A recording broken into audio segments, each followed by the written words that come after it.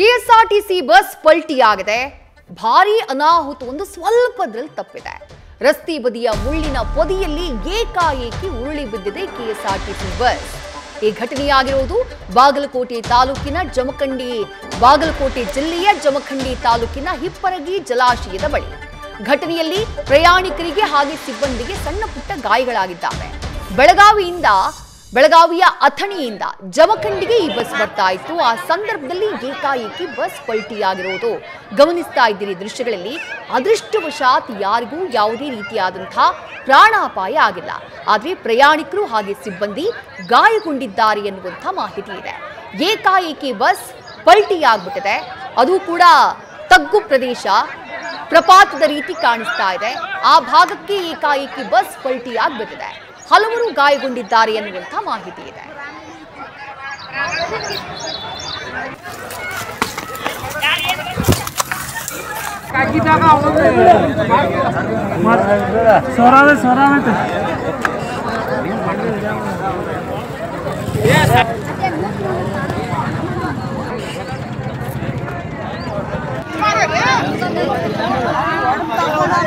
क्या करे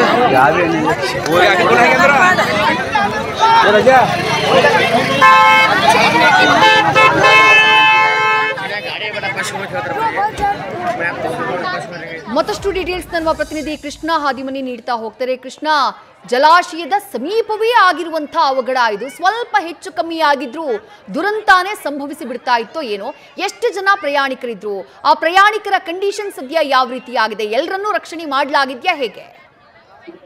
ಖಂಡಿತ ವಿದ್ಯಾಶ್ರೀ, ಏನಂತ ಹೇಳಿದ್ರೆ ಅಥಣಿಯಿಂದ ಜಮಖಂಡಿ ಕಡೆಗೆ ಬರ್ತಾ ಇರುವಂತ ಏನು ಸಾರಿಗೆ ಕೆಎಸ್ಆರ್ಟಿಸಿ ಬಸ್ ಏನಿದೆ, ಚಾಲಕನ ನಿಯಂತ್ರಣ ತಪ್ಪಿ ಪೊದೆಯೊಳಗೆ ಪಲ್ಟಿಯಾಗಿರುವಂತಹ ಘಟನೆ ಬಾಗಲಕೋಟೆ ಜಿಲ್ಲೆಯ ಜಮಖಂಡಿ ತಾಲೂಕಿನ ಹಿಪ್ಪರಗಿ ಜಲಾಶಯದ ಸಮೀಪ ನಡೆದಿರುವಂತದ್ದು. ಸ್ವಲ್ಪ ಕೂದಲೆಳೆ ಅಂತರದಲ್ಲಿ ಈ ಘಟನೆ ನಡೆದಿರುವಂತದ್ದು. ಅಂದ್ರೆ ಜಲಾಶಯದ ಕೂದಲೆಳೆ ಅಂತರದಲ್ಲಿ ಬಸ್ಸು ಪಲ್ಟಿಯಾಗಿರುವಂತದ್ದು.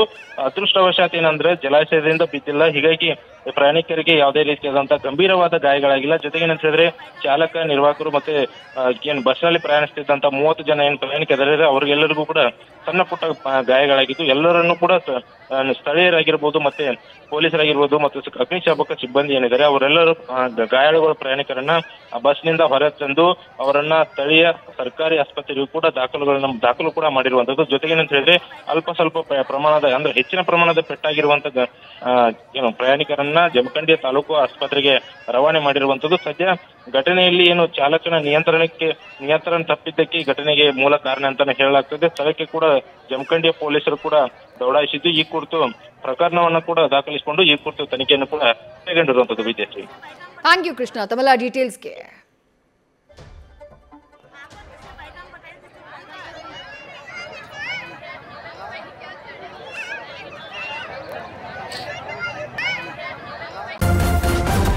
ನ್ಯೂಸ್ ಫಸ್ಟ್ ನಿರ್ಭೀತಿಯಿಂದ ನಿಮ್ಮ ಪರವಾಗಿ.